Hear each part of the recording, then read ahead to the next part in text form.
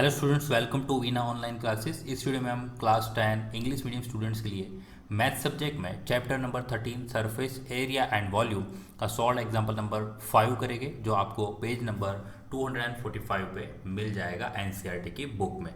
चलिए इस वीडियो को स्टार्ट कर देते हैं और समझते हैं इस क्वेश्चन में क्या है। तो देखिए, अब जो सॉल्व एग्जाम्पल स्टार्ट जो मैं करने जा रहा हूँ वो वॉल्यूम रिलेटेड सारे क्वेश्चंस है। ओके, और ये जो हमारी जो नेक्स्ट एक्सरसाइज आने वाली है इसमें एग्जाम्पल नंबर 5 है, 6 है और 7 है। उसके बाद आपका आने वाला है एक्सरसाइज 13.2।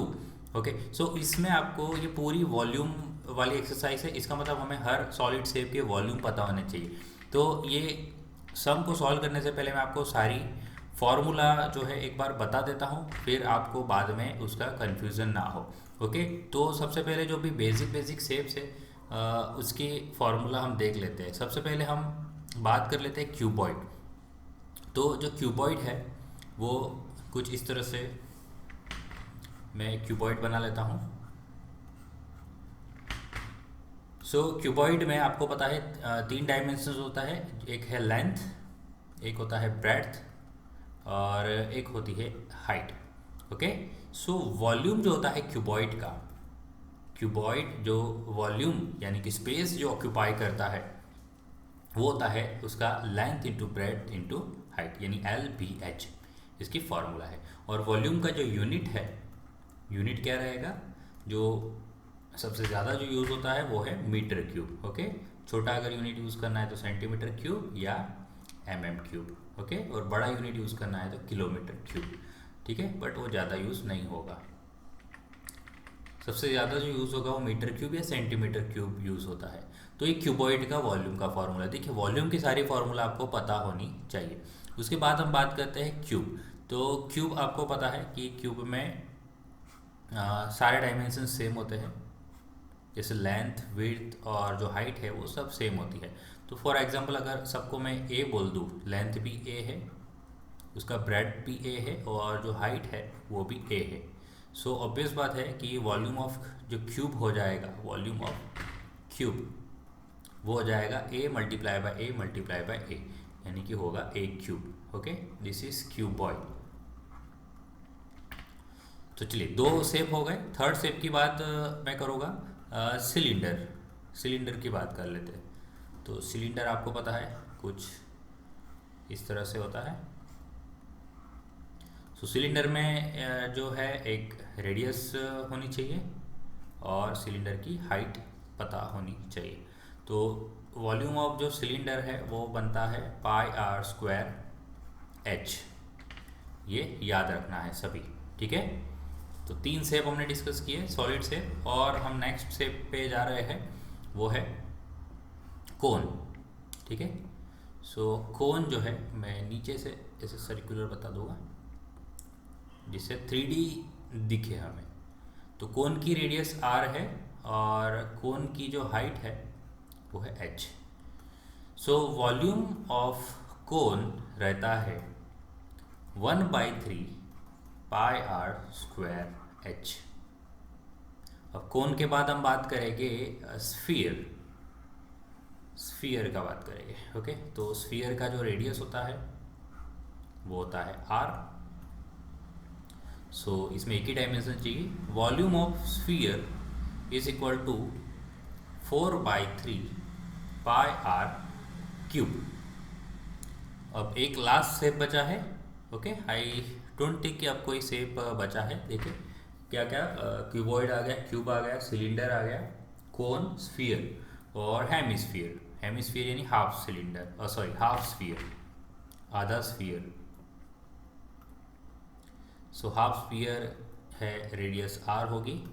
सो स्फीयर का वॉल्यूम हम हाफ कर देंगे। Okay, this is hemisphere. Hemisphere का फॉर्मूला रहेगा, जैसे 4/3 πr³ का हाफ करने जाओगे तो आंसर आएगा 2/3 πr³। तो इतने फॉर्मूला आपको पता होने चाहिए before solving this exercise number 13.2 या तो उसके आगे के जो सॉल्व एग्जाम्पल है वो। तो चलिए इस एग्जाम्पल को अब स्टार्ट कर देते हैं। इस एग्जाम्पल में क्या गिवन है वो देख लेते हैं। कि संता runs an industry in the shade.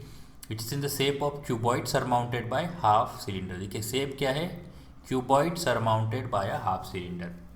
तो इसका मतलब एक क्यूबॉइड है, क्यूबॉइड, और क्यूबॉइड जो है उसके ऊपर हेमीस्फीयर नहीं, सॉरी, हाफ सिलेंडर लगाया हुआ है। ओके, ऐसा कोई शेड है जो यहाँ पे दिखाया हुआ है। देखिए ये क्यूबॉइड है और ऊपर हाफ सिलेंडर लगाया हुआ है, सरमाउंट किया हुआ है।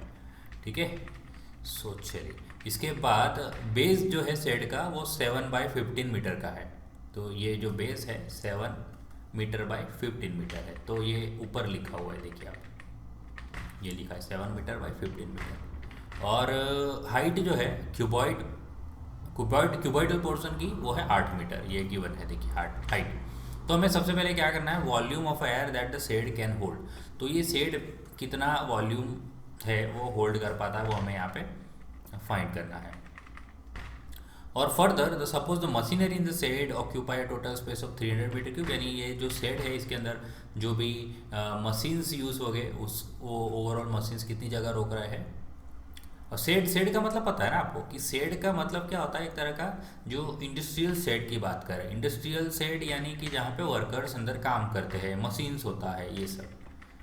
चलिए, तो मशीनरी जो है वो 300 मीटर क्यूब ऑक्यूपाई कर रहा है और 20 वर्कर काम कर रहे हैं, और सभी का ऐसे एवरेज जो वॉल्यूम देखे तो 0.08 मीटर क्यूब है। सो हमें क्या करना है, देखे then how much air is in the shade.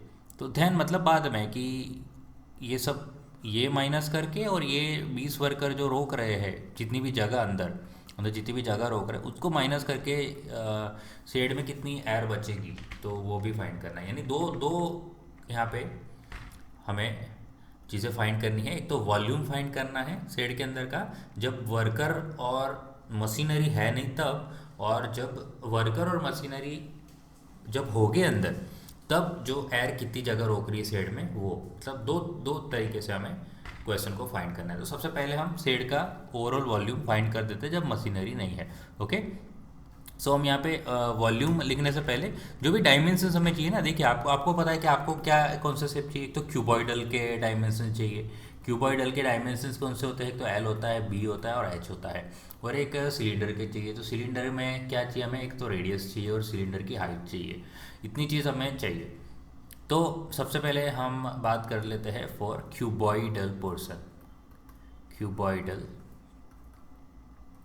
सब डायमेंशंस अगर एक बार यहाँ लिख दोगे तो वो क्वेश्चन सॉल्व करने में बहुत आसानी होगी। सो एल, बी और एच। तो देखिए लेंथ ये रही, यहाँ 15 मीटर का लेंथ गिवन है। ब्रेड्थ है 7 मीटर और हाइट देखिए क्यूबॉइड की 8 मीटर। चलो ये क्यूबॉइडल पोर्शन का काम बन गया। और बात करते हैं फॉर सिलिंड्रिकल पोर्शन। सिलिंड्रिकल जो कि हाफ सिलेंडर है, बट देखिए हाफ सिलेंडर से कोई फ़र्क नहीं पड़ेगा। अब सिलेंडर देखिए, सिलेंडर कैसा होता है, ऐसा इस तरह से सिलेंडर होता है और सिलेंडर की हाइट ऐसे होती है एच। तो यहाँ पे सिलेंडर कैसा है, सिलेंडर इस तरह से लेटा हुआ सिलेंडर है। ओके, सो इसकी लेंथ यहाँ पे मिलेगी हमें। तो ऑब्वियस बात है लेंथ कौन सी हुई सिलेंडर की, सॉरी लेंथ नहीं हाइट, सिलेंडर की हाइट यहाँ मिलेगी। तो हाइट क्या हुई 15 मीटर। ठीक है, तो मैं यहाँ पे लिख देता हूँ भाई कि हाइट ऑफ सिलेंडर जो है, तो देखिए एच यहाँ दे दिया तो यहाँ एच नहीं देना है, यहाँ फिर हम क्या करते हैं इसको अलग नाम देते हैं, हाइट एच सी बोल देते हैं। ठीक है, सिलेंडर के लिए जो उसका हाइट है वो है 15 मीटर। और सिलेंडर की जो रेडियस है वो रेडियस कितनी होगी, देखिए ये अगर सर्कल ऐसे अगर बनाया जाए तो ये डायामीटर बन जाएगा, 7 मीटर का डाया बन जाएगा। तो रेडियस उसका हाफ हो जाएगा। ठीक है, तो रेडियस हो जाएगा सिलेंडर का 7/2 मीटर। चलिए ये करने के बाद हम अब वॉल्यूम फाइंड करना स्टार्ट कर देते हैं। तो volume of air inside shed कब, जब वहाँ पे कोई भी मशीनरी नहीं है, when there are no machines and no workers. कोई मशीन्स और वर्कर्स नहीं है तब, तो तब का जो वॉल्यूम का फॉर्मूला कैसा बनेगा? एक तो वो बनेगा वॉल्यूम ऑफ क्यूबॉइडल पोर्शन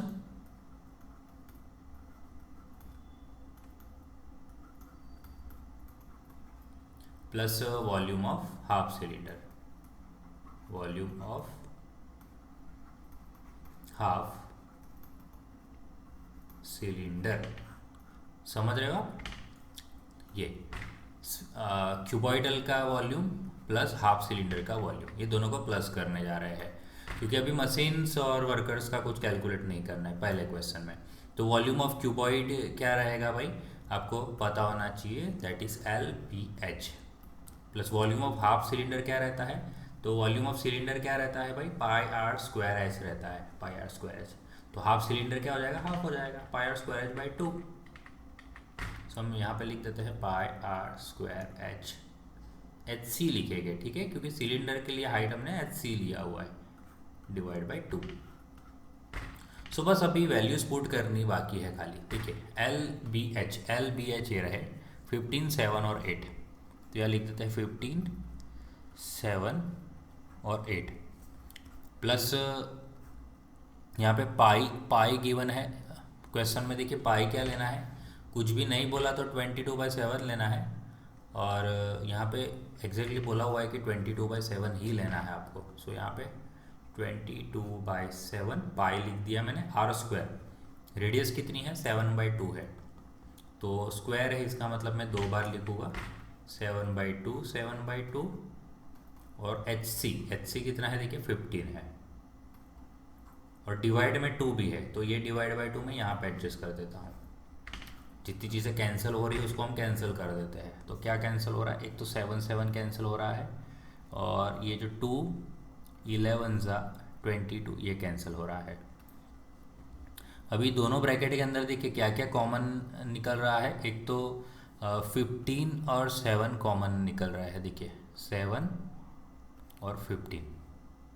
तो 15 और 7 को अगर मैं बाहर निकाल दूँ ब्रैकेट के, तो यहाँ पे बचेगा 8 ये वाले ब्रैकेट में, प्लस यहाँ पे बचेगा ऊपर 11 बचेगा और नीचे 4 बचेगा, सो 11/4।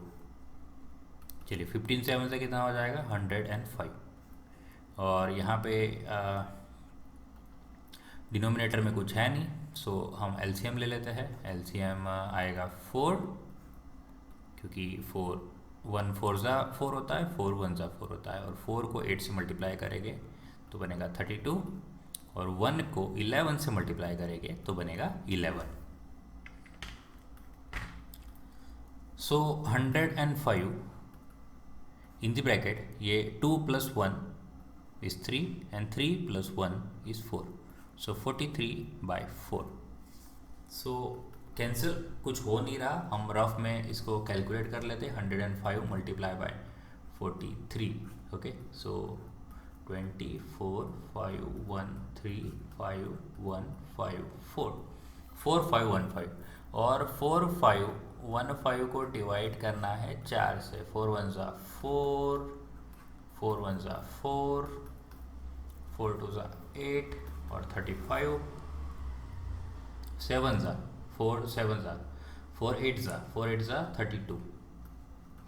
सो 3 बचेगा, 0 लगाते हैं, पॉइंट लगाते हैं, 4 7 28, सो 2 बचेगा, 20 लगाते हैं, 4 5 सो ओवरऑल ये रफ वर्क है, हमारा आंसर आ रहा है 1128.75 यूनिट क्या रहेगा, मीटर क्यूब रहेगा, okay. So this is volume of air, okay, without machines and worker, ठीक है, ये शॉर्ट में मैंने लिख दिया है। सो ये फर्स्ट आंसर आ चुका है, आंसर नंबर 1। अभी सेकंड क्या बोला है कि जब वर्कर है और मशीनरी है, तब शेड में कितनी एयर बचेगी या कितनी एयर होगी, वो हमें कैलकुलेट करनी है। सो हम सबसे पहले वॉल्यूम ऑफ मशीनरी फाइंड कर लेते हैं। So total space occupied by machines. Machines कितनी ऑक्यूपाई कर रहे हैं? 300 मीटर क्यूब। और इसी तरह total space occupied by workers. तो वर्कर्स कितनी स्पेस ऑक्यूपाई कर रहे हैं? तो टोटल कितने वर्कर है? 20 वर्कर है। टोटल 20 वर्कर है और 20 वर्कर मिलके हर एक वर्कर 0.08 स्पेस रोक रहा है। सो 20 टोटल कितना वॉल्यूम रोकेंगे? 20 वर्कर इंटू 0.08, ठीक है। सो 20, सो 2 इंटू ये बन जाएगा 0.8 बन जाएगा, ओके। सो 8 टू ज़ा 16, 1.6 मीटर क्यूब। अब हमें बस फाइनल आंसर निकाल लेना है कि volume of air inside shade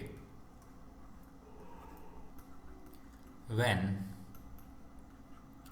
there are machinery and workers। जब वर्कर्स और मशीनरी है तब कितनी एयर बचेगी वो लिखना है। तो देखिए 1128.75 ये शेड का वॉल्यूम है without any machinery and workers. जब उसमें मशीन्स डाले तो 300 मीटर क्यूब कम हो गया और वर्कर्स भी आ गए, सो 1.6 मीटर क्यूब कम हो गया। सो बस सब्ट्रैक्शन करके आंसर लाना है, ठीक है। सो चलो सब्ट्रैक्ट, पहले 300 सब्ट्रैक्ट कर लेते हैं। सो 300 सब्ट्रैक्ट कर लेते हैं 75, ये 8 2 और हाँ 8 28.75 और 1.6 भी माइनस कर ही देते हैं यहीं पे। So 5 1.728 827.15 metre cube, okay. So this is our second answer, this is answer number 2, okay. So I hope कि आपको ये सम समझ आया है। सब चीज़ मैंने डिटेल में समझाने की कोशिश की है और ये समझाने के पहले मैंने आपको सारे वॉल्यूम के फॉर्मूला शेयर किए। अब ये वॉल्यूम के सारे फार्मूला आपको पता होने चाहिए, अदरवाइज ये सम को सॉल्व नहीं कर पाओगे आप, ओके।